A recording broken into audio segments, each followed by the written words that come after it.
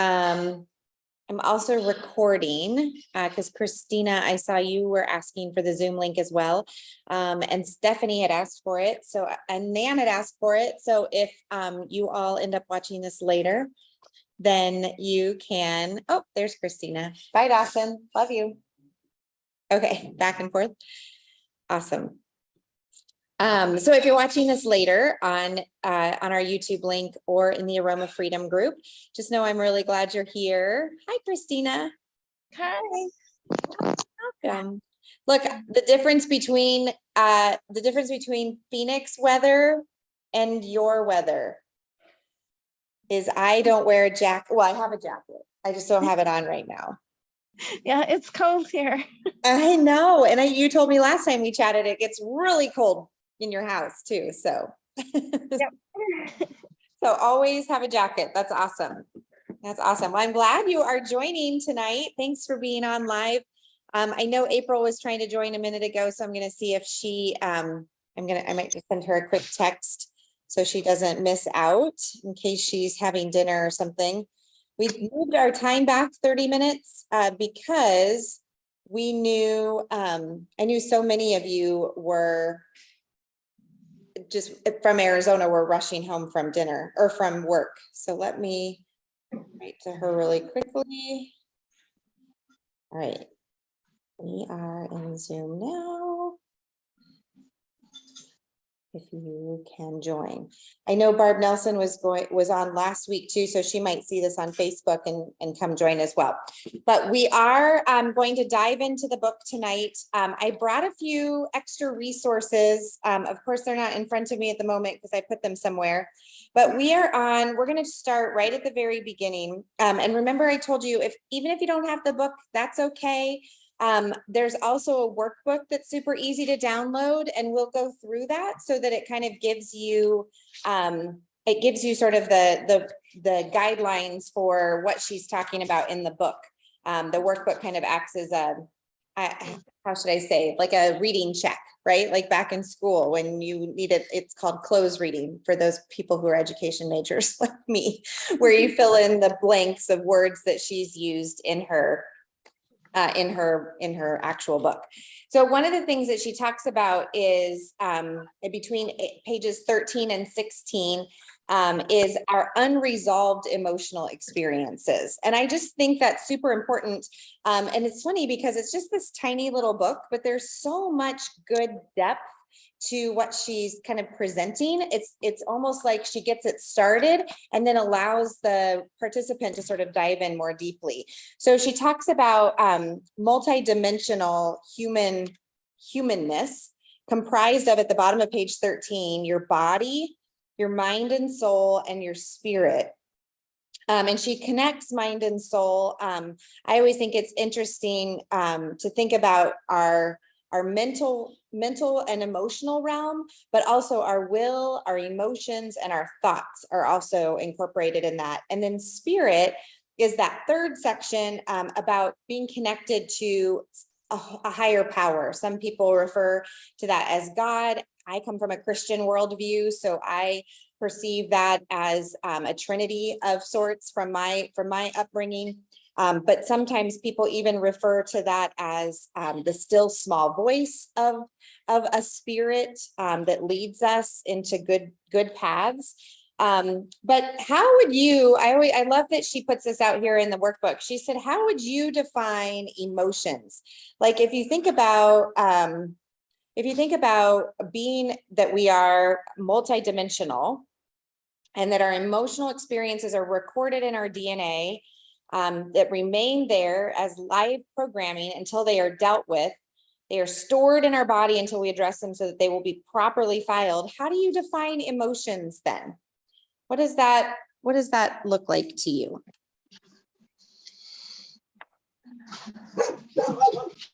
The cacophony of dogs.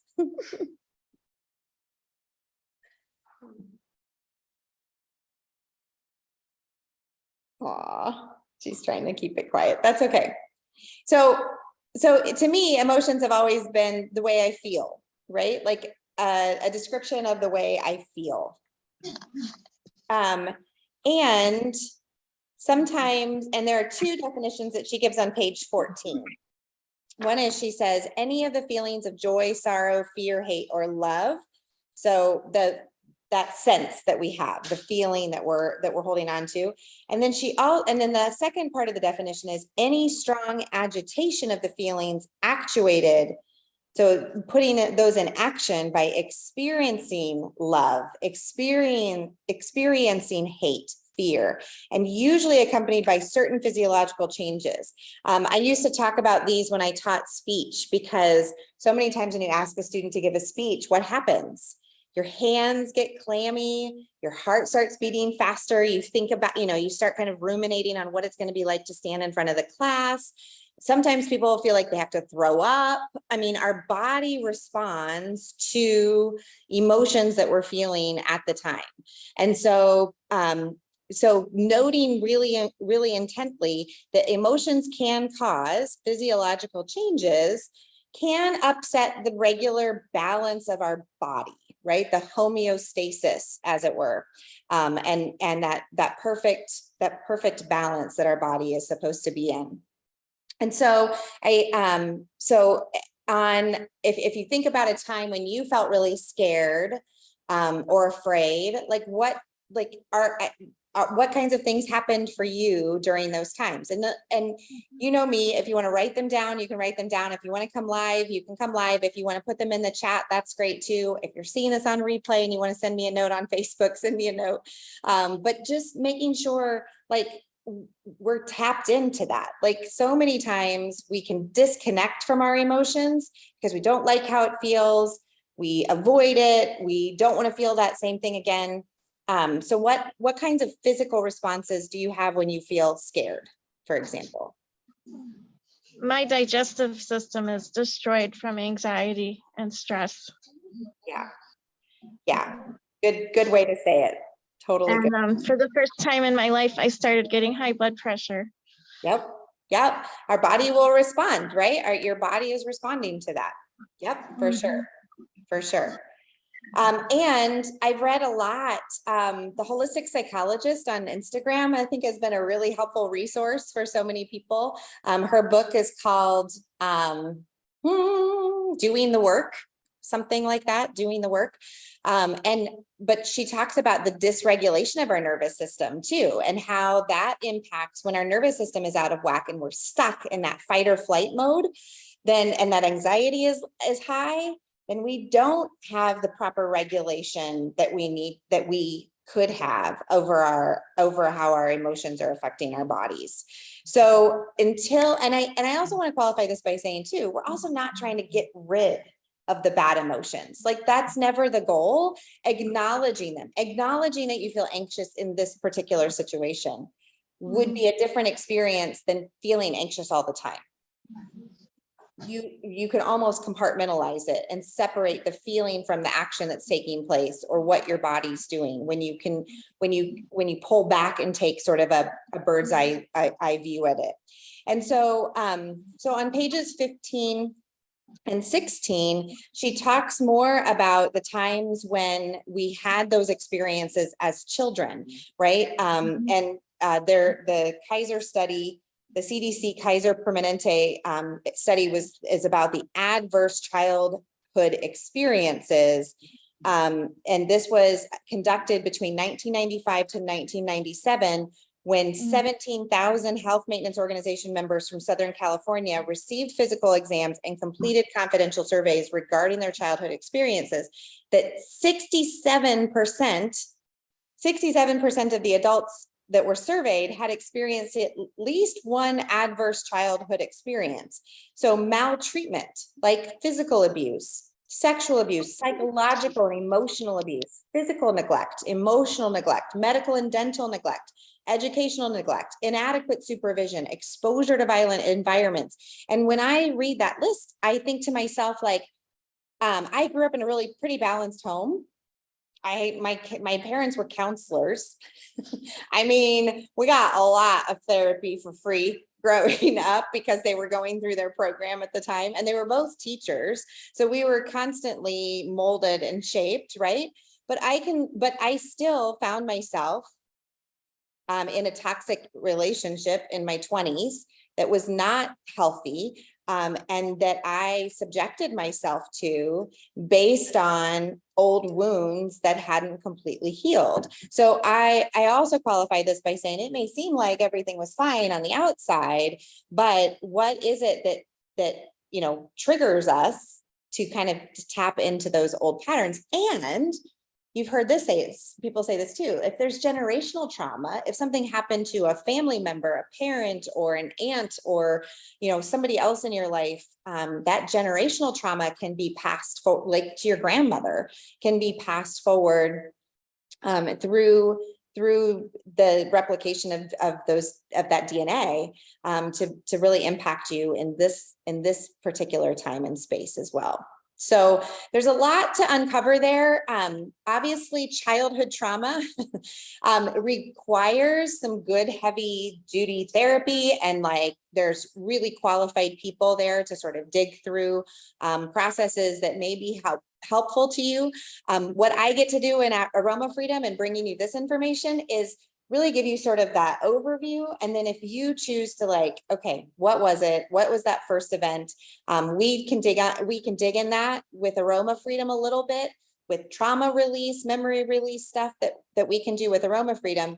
But the hard work is going to come from walking the journey with a counselor or a therapist, a trained licensed professional who can guide and direct you from going too far, right? It's almost like you're taking a scab and you're taking off that top layer with what we're talking about tonight. And if you get any further, it starts weeping and bleeding again, right? So it's really about, and I think that's what makes Aroma Freedom so powerful, is we don't have to take the whole scab off. We're just sort of evaluating it. We're sort of looking at it.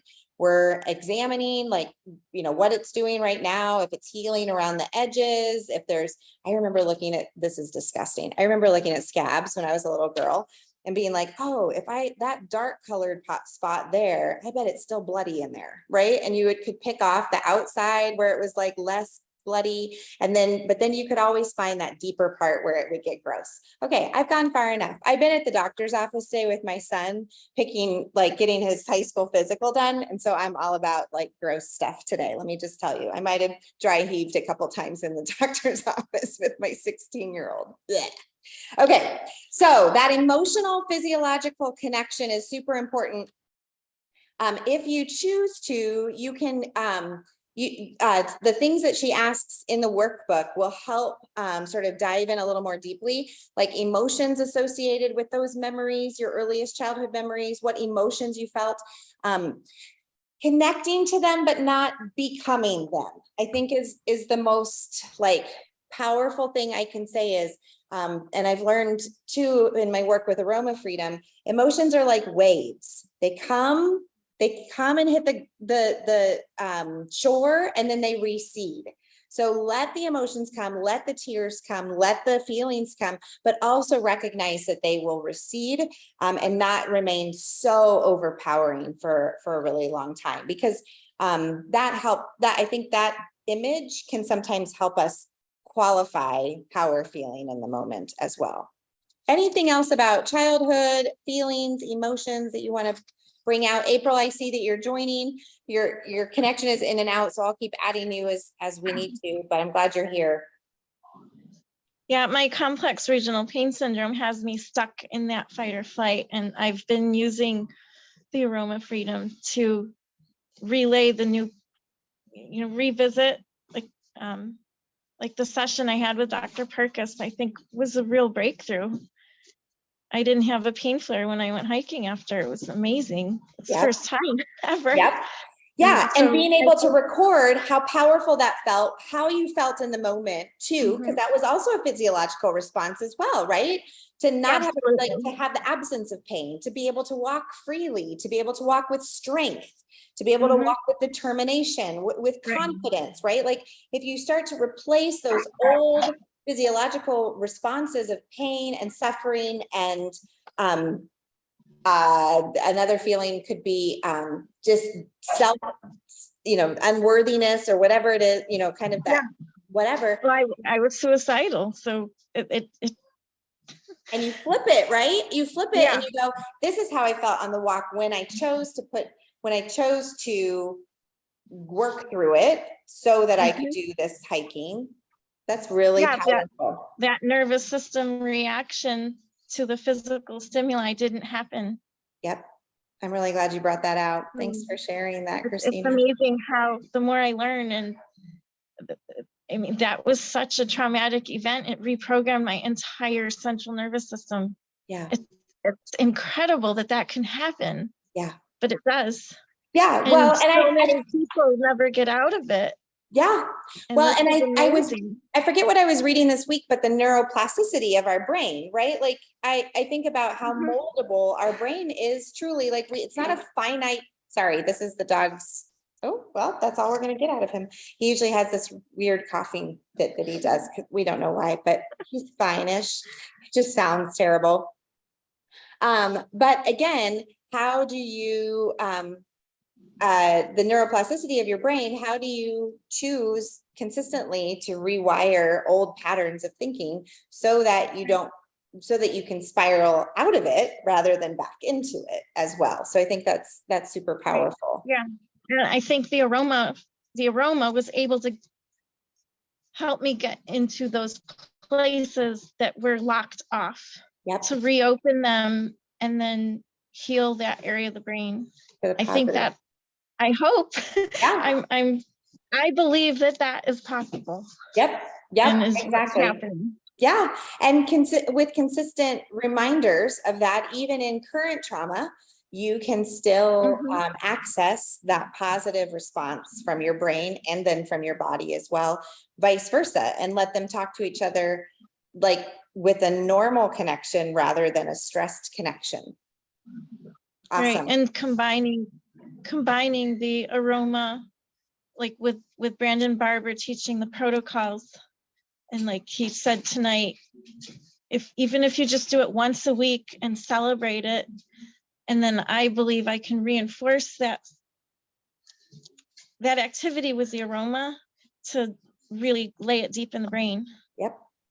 I love it. It's so powerful. I love it. And let's dive into why that is, okay? Because on page 17 and 18, she starts to talk about energy and chakras and New Age, this or whatever. I do love this part from Dr. David Stewart, who was a Presbyterian minister, actually. He passed from the earth a few years ago, but he's a PhD chemist or scientist of some kind, I forget what, I think it's chemist, and a pastor in the Presbyterian Christian church. And he says, chakras are not New Age. They are old age being rediscovered. They are mentioned in both the Old and New Testaments of the Bible. The Jews even have a symbolic representation for the 7 chakras in their menorah of 7 candles, the center one representing the heart chakra. The first thing to understand is that we all possess an electromagnetic field in which our physical bodies are immersed. Even the medical and biological professions acknowledge that human beings have not only a physical body of flesh and fluids, but also a subtle electromagnetic field upon which their physical body is superimposed. So there's a little bit more science in that. There's a ton more that you can dive into. Some really great resources. Chakra. Yeah. That chakra. You hear about it in yoga. And people, there's a picture in the workbook. It looks like this. Oh yeah, there's a similar one. Okay. Yeah, similar. And the chakras are your 7 energy centers. So they go all the way from your root chakra, which is in like below your sacrum. So below your tailbone, all the way up. Actually, the top one is above your scalp. It's this energy, sometimes it's this energy being up here. They call it the crown chakra. When you work with energy, and I've gotten to work with energy healers over the years, even from a Christian perspective, surprise, surprise. I have always felt that kind of, because I'm pretty somatic, I'm pretty body oriented. I've always felt that energy connection from, you can almost feel it above your crown. If you put your hand up here, like when you're doing yoga and you give yourself a little bit of space between your crown and your hand, you can almost feel kind of a buzz above your hairline of energy that is surrounding you. So when we add white angelica at the end of the Great Day Protocol, that's intended to envelop us in protection, angelic protection, that is kind of wrapping all of that into itself. The other place, and you know, I talk about this when we do Aroma Freedom, we talk about where the energy gets stuck or where the feeling is stuck in your body. A lot of times women especially get it stuck in their throat. So you have a sore throat, or you have difficulty speaking. And this is your throat chakra. I learned a lot about chakras through my yoga practice, but also through Louise Hay, who also passed a couple of years ago. We've had lots of Angela Lansbury this week. Are you kidding me? We've had a lot of really amazing, wise people pass from the earth. But anyway, our throat chakra as women can get compromised and make it difficult for us to speak what we're feeling. Or to your point, Christina, earlier with your digestive system, that's that solar plexus kind of gut response, right? That's where you hold power and wisdom according to this very simplified version. But you can find very, very detailed chakra information online. It will come from resources that you just have to watch who you're learning about chakras from, because I always choose to see those things in the light, and sometimes light with capital L, light. And sometimes I think online you can, there's the dog's, his throat chakra is bothering him too, all this conversation about it. He can't hear, it's a whole thing. But anyway, look for people to discuss chakras in the light as opposed to the dark. And I'm always really conscious of that. If a page looks like it's, a website looks like it's worshiping things that I don't choose to worship, or it feels negative or has pictures that I don't kind of jive with, I'm always looking for how it makes me feel, right? And if my initial instinct is like, oh my gosh, I can't learn from this place or this person, then find a different, there are other resources that you can use for chakra. And releasing emotion, I'll pull that book out in a second. I had it pulled, I just didn't make it, and I don't remember where I stacked it. Not next to my Bible yet. It's over there. Anyway, I'll get it. But she has a really good couple different ideas for what oils to use with chakras. So if you go to, and at the back of the book, this book in particular, let's see, she has a picture. She talks about what oils to use. Oh, it's on page 57 of the actual book. She talks about what oils to use with what chakra. So I won't go into any more of that for tonight. You can go ahead and look. You can go ahead and read that and decide how much you choose to learn about that for the sake of understanding feelings. I've always found it a helpful place from an energy standpoint and also from an affirmation standpoint, because a lot of times, and this is what I learned through yoga practice, we don't get into certain poses because not because we're not strong enough, but because the energy isn't flowing to the right places. So making sure that we're open is a really powerful thing. And at the end of Aroma Freedom, when we use our power pose, that also is about bringing the energy into a positive place as well. Okay, so let's go back to page 22, energy and thoughts. I'm going to let the dog out. Who let the dog out? Me.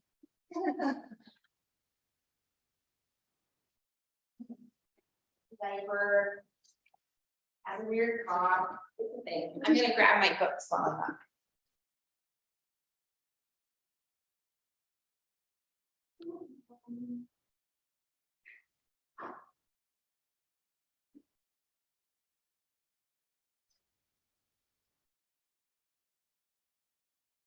This was the book that I was referencing earlier. This is Releasing Emotional Patterns with Essential Oils.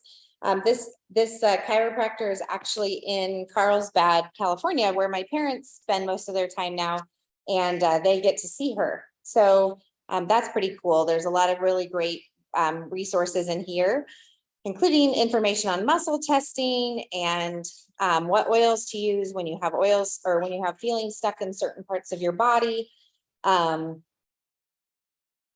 here's some things related to the chakras in here as well. This is your toning chart. So it has affirmations in it. My friend Shauna, Ruby K. Allred, she does a lot with tuning forks and emotional centers. So that also is included in our chakra energy as well. And includes bringing things into harmony that are otherwise out of harmony. Yeah, so this is it's very in-depth, but much more in-depth than what we're studying. But if you're looking for that, this is Carolyn Mine. And I think we got this on Amazon, so super easy. I have other ones to share too, but now is not the time. Okay, so moving on to that energy and thoughts part. Proverbs 23:7, for as he thinks in his heart, so he is. The idea that thoughts have what kind of power? Thoughts have Creative power, right? If we can separate from the emotion of the thought, it may be that our thoughts are there to bless us. They might be there to inform us. They might be there to instruct or give guidance or wisdom. And that's one of the things that I appreciate about what Dr. Perkis teaches with Aroma Freedom, is that sometimes we're just not quiet enough to learn from ourselves, right? Where you keep looking for external like problem solving, and truly the information is buried in our hearts, but we're too busy and too complicated up here to really be able to get quiet and listen. And so she talks about on page 22, your emotions are an internal guidance system. And he talks about that too. Like, are you tapping into your internal wisdom? It's a very Buddhist way to look at God. To talk about inner critic versus inner wisdom. I've also heard inner mean girl. I have an author friend named Amy who talks about your inner mean girl, and the one who sort of snaps at you or bitches at you because you're saying, you're doing it again or whatever. And that inner mean girl can be a huge problem. So using it as a guidance system and turning to the wisdom rather than the critic becomes our goal, to vibrate in harmony with the things that bring us more peace and more joy.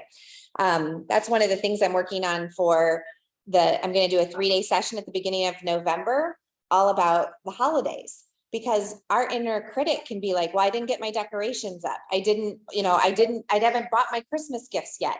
I don't have, I'm going into stores and I'm seeing ornaments and decorations and Christmas cards already laid out. And I'm like, hey, yeah, give me a moment. So I'm going to dive in on the first 3 days of November, how to sort of prioritize and take control of the situation, so that you're in charge of it with your inner guidance system and not influenced by outside sources that say, this is how you have the perfect holiday, whatever that means. So that's to me, one way I can, for myself, really transform what the expectations around that cultural drive truly is. So if you look at, and this is the other thing about aroma freedom, right? We bring together the thought, we bring together the feeling, the negative thought, the feeling, where we feel it in our bodies, the time that we felt the same way. And that's what we're using those aromas to sort of like wrap in and clear in order to express more fully what our true wisdom is, and not get bogged down by the critic that's in our head, for sure.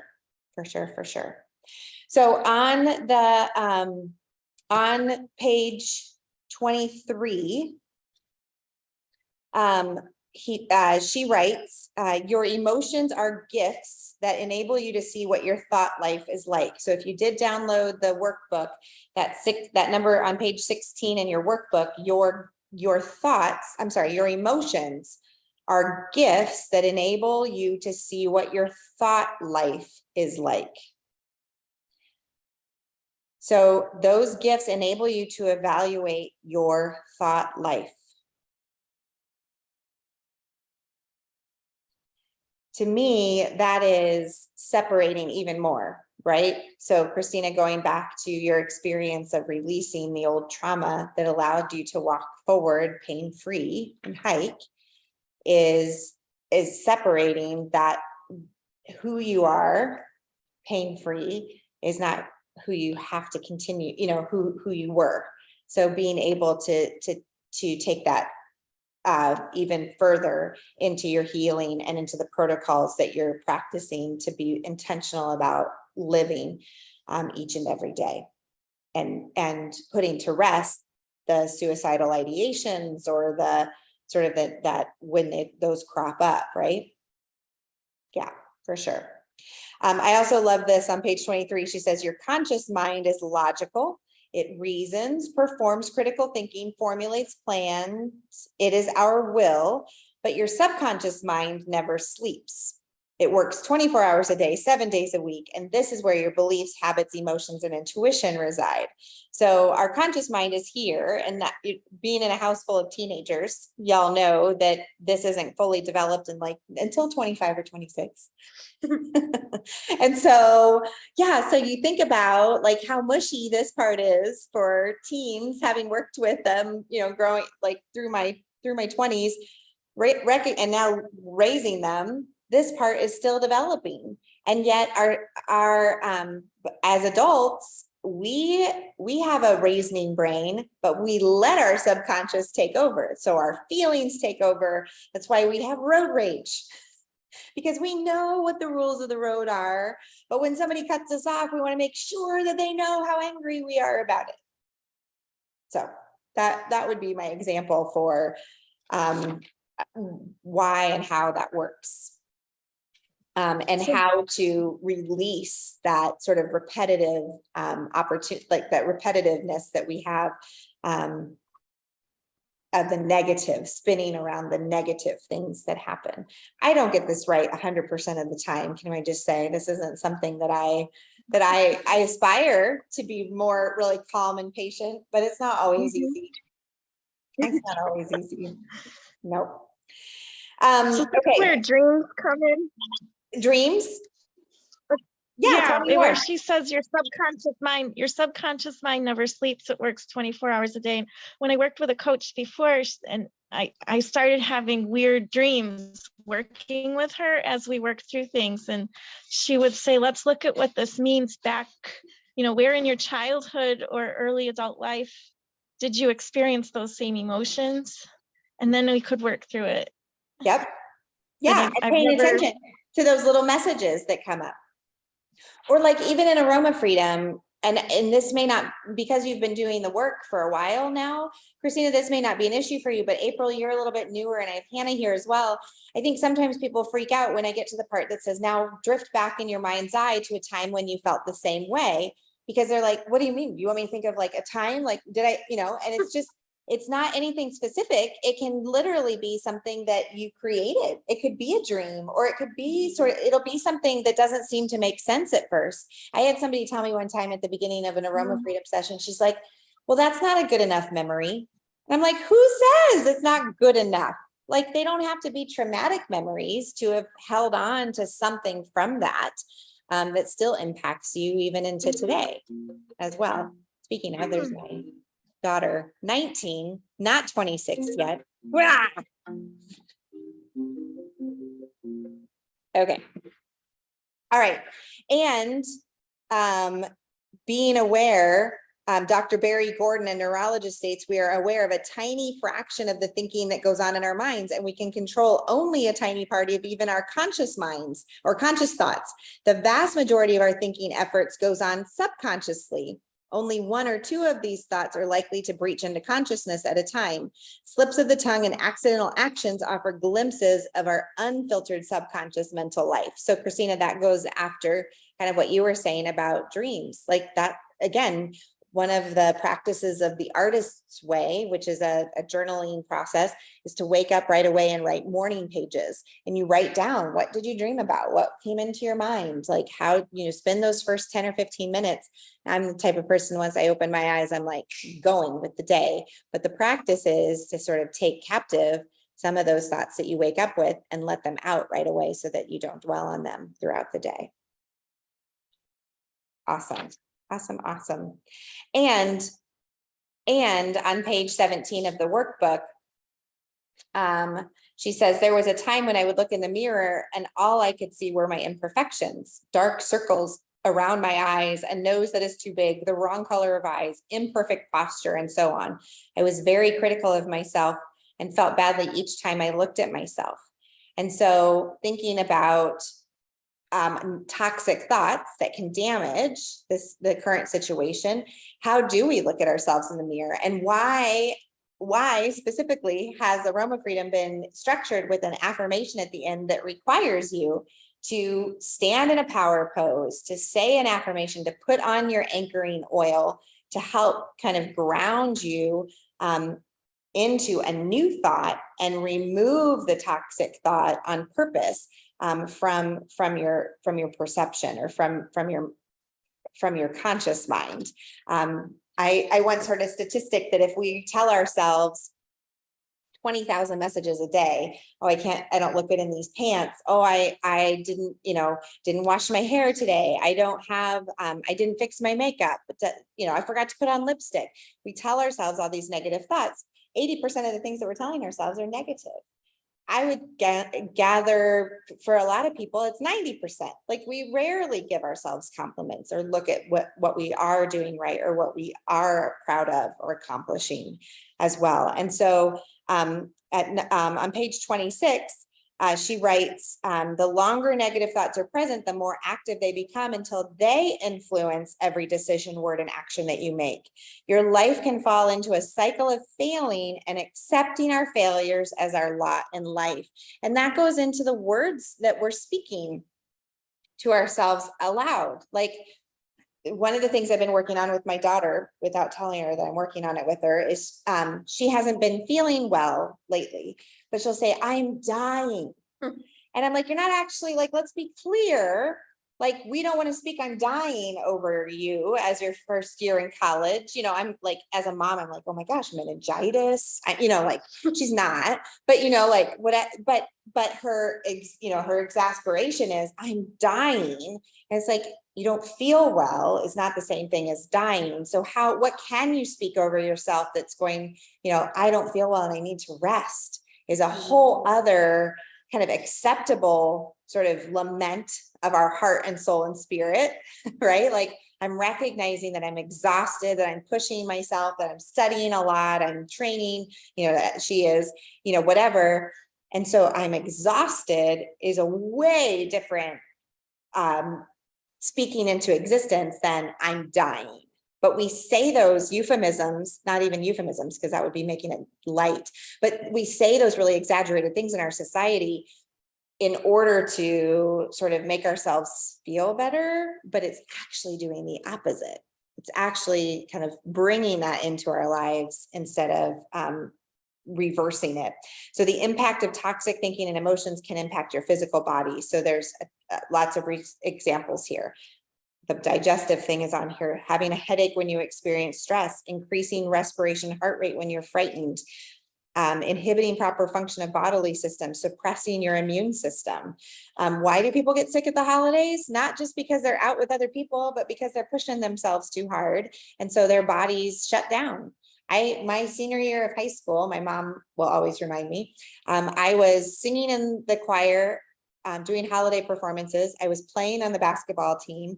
I was in student council. I had a million things going every single day. And the last week before holiday break, I was so sick, I could do none of it. So all the things that I'd planned, all the performances, all the games, all the things, all had to go to the wayside because I was too physically sick to show up, because my immune system had finally taken its toll on being so busy. I'm so overwhelmed. I'm so busy. If we keep speaking that into our lives, that's exactly what we're going to get. So Marcus Aurelius, old school dude. If you haven't read, there's a book that was written. There's a book that was written about his work. It's more modern than that, though. I'll have to pull it for you. It's in my Audible. I'll pull it for you and get it to you by next week. But There's a different author, but anyway, he said the happiness in your life depends upon the quality of your thoughts. So really pour into, what are you thinking? And Shauna is constantly reminding us, if you follow Ruby Kay on Facebook, she's constantly reminding us of the scripture from Timothy, right?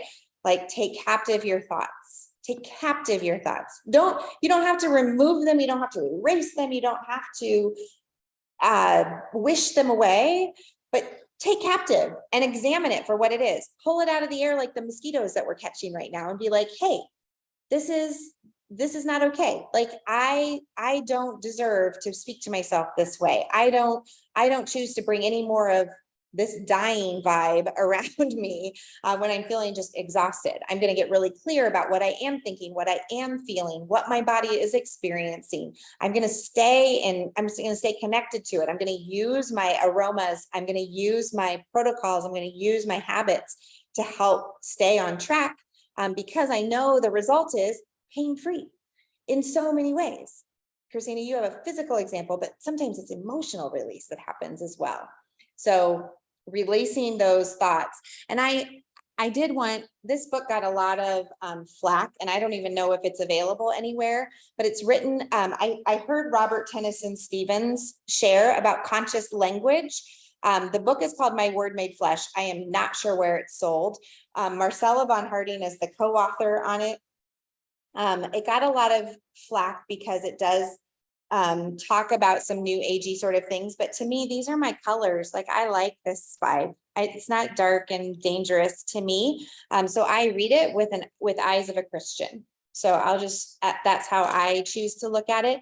And if God is asking me to evaluate my current life circumstances, and this guides me to say things that are more positive and life-giving over myself, then that's what I'm going to reference in a book like this. So since I'm recording this, I just wanted to say, I know it's gotten a lot of flack, but I think there's a lot of good in it, about conscious language. Like, I forget things all the time. I'm in my mid 40s. This happens a lot, right? So instead of just being like, I'm forgetting. We say, I am the brilliant mind. I am a brilliant mind. My creator gave me a brilliant mind. I remember my genius. I am infinitely and divinely aware, connected and obedient to every direction of my creator at all times. Those are the affirmations. Those are the turnarounds, the more conscious kinds of things that we can speak over myself. If I'm feeling stress, I am stable, secure, and sovereign. I breathe in divine love with each breath. I ignite grace and ease everywhere I go. So their process is very similar to the affirmation side of what we've been learning with Aroma Freedom, but just a little bit more in depth. And I love getting word starters or phrases from other resources. So that's pretty cool as well. All right, so to wrap up tonight's session, again, you can go through the workbook. If you have questions or you got stuck, there are some good prompts that you can use to go through these things about upgrading your words. Maybe there are phrases that you often use, like that my life sucking job. That would be a phrase that I think a lot of people use. When I went through the drive-thru at Popeye Chicken today, I was like, I bet this woman is thinking, why am I at my life sucking job? Right? Like, it was because there was a really long line, and I'm sure she was hearing it from all the people in line, and we tried to be super friendly. But whatever that phrase is, there's on page 21 in your workbook, there's a place that says, write that down. What is it that you want to speak over yourself instead of life sucking? Oh my gosh, my job that provides me with, toothpaste, or my job that provides me with enough money to buy gas. My son and I've been talking about that because, he didn't work as much last week. And so he's like, I can't go out to eat with my friends as much this week. And I was like, yeah, that's how it works, Mm-hmm. So what are you choosing to bring about, and how do you upgrade your words? Sometimes it's called being conscious, using conscious language, like words that will give you life and serve you and not suck you dry. Okay, so for next week, we're going to we're going to actually do the emotional questionnaires. I'm not going to record next week's session because I want you to come live and go through that. For those of you who don't have the book, I'm going to figure out how to get you the emotional questionnaires. They're on page 65 to 79. The thing I love about them is that it's supposed to pull out the things that you, the feelings that you are most often kind of attracting. So, so compulsive or obsessive behavior, tension, and it'll help us get a little bit more clear on those feelings. And so I'd like to just review those together in a private session next week. And then we'll finish the following Wednesday with how to clear and have a successful emotional detox. But I hope tonight's discussion has been helpful for just a baseline of understanding this. And if you do want just a short summary of these two of the parts of tonight, in the Aroma Freedom group, I have 2 videos linked in the featured post. One that's all about why picking specific feelings and how to pick specific feelings. And the second one is about thoughts. So if you want to go back and revisit those, I made them a few years ago, but I think they're still relevant. And what I did for the Aroma Freedom group was I broke down each of the sections and tried to make it more helpful to somebody who's just getting started. So you can go back and revisit that as well. And yes, I got your note, Miss April, and the workbook is digital. Yep, the workbook is digital. So that's an easy thing to order and just get delivered to your phone or to your computer, and print out even if you choose that. But the book is super helpful by itself as well. And I will double check because it could be that in the book, the questionnaires are in the workbook, but I need to double check that before we meet again. All right. Thanks for being on live tonight. Thanks for spending some time delving into all the things. It's hard work. It's worth it. It's worth it. It's good work. And we're here to do it together. So that makes a huge difference as well. Thanks for joining tonight, y'all. And yes, April, you are choosing, I'm going to switch your language a little bit, just as accountability. It's okay that you missed some of tonight's session. You are allowed to miss some of tonight's session, but you are not slacking in life. You are a capable and beautiful woman who is choosing her priorities very carefully. And I know that you're squishing this in right after work. So I'm super grateful for that sacrifice as well. So I honor you and right where you are tonight. And Christina, thanks for offering in. And Hannah, it was good to have you here with me too. All right. We'll see you all later. Thank you. Thank you. Bye.